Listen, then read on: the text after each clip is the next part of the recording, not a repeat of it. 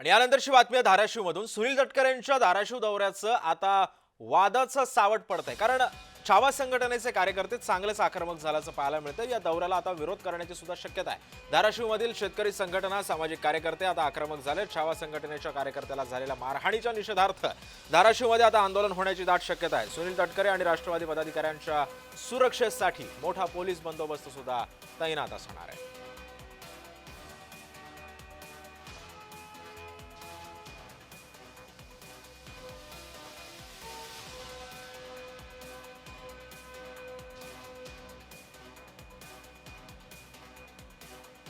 शेतकऱ्यांसाठी अहोरात्र झटणाऱ्या आणि छावा संघटनेच्या पदाधिकारी असलेल्या विजयराव घाटगे यांच्यावर अजितदादा पवारांच्या कार्यकर्त्यांनी, सूरज चव्हाण असतील किंवा अजून त्यांचे सहकारी असतील, यांनी लातूरमध्ये अमानुषाशी मारहाण केलेली आहे.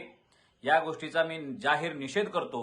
सकल मराठा समाजाच्या वतीनं मागणी करतो की या मगरूर पदाधिकाऱ्यांवरती पोलिसांनी तात्काळ कार्यवाही करावी. गंभीर गुन्ह्यांची नोंद त्यांच्यावर करायला पाहिजे. सरकारचे तुम्ही प्रतिनिधी आहात. ह्या राज्यामध्ये लोकशाही आहे, ठोकशाही नाही, याचं भान तुम्हाला आम्हाला राहिलं पाहिजे. एकीकडे धाराशिवला प्रतापराव सरनाईक स्वतः मंत्री असताना त्यांना मराठा समाजातल्या तरुणांनी प्रश्न केले. जिल्हाध्यक्ष धाराशिव आज माननीय विजय घाटगे पाटील यांच्यावर लातूरमध्ये जे हल्ला झाला त्याचा पहिल्यांदा मी निषेध व्यक्त करतोय. कारण ह्याच विजय घाटगे पाटलांनी शेतकऱ्याची कर्जमाफी व्हावी, स्वामीनाथन आयोग लागू व्हावा, ह्या शेतकऱ्याच्या विविध मागण्यासाठी 14 दिवस उपोषण केलं. आणि त्याच शेतकऱ्याच्या कैवारी असलेल्या विजय घाटगे पाटलावर जर असा प्राणघातक हल्ला होत असेल तर हे निषेध आहे. तसेच महाराष्ट्राचे कृषी मंत्री माणिकराव कोकाटे विधानसभेमध्ये रमी खेळत असताना व्हिडिओ व्हायरल झाला.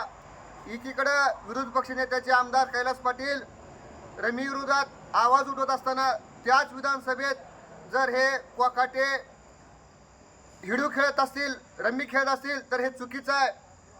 हे बेजबाबदार कृषी मंत्री की ज्यांनी शेतकऱ्यासाठी 1 रुपयात विमा विकतोय, भिकारी सुद्धा होत 1 रुपया घेत नाही, किंवा तुमचा ढेकळाचा विमा, ढेकळाचा पंचनामा करू का, तसंच तुमच्या कर्जमाफी झालेल्या पैशात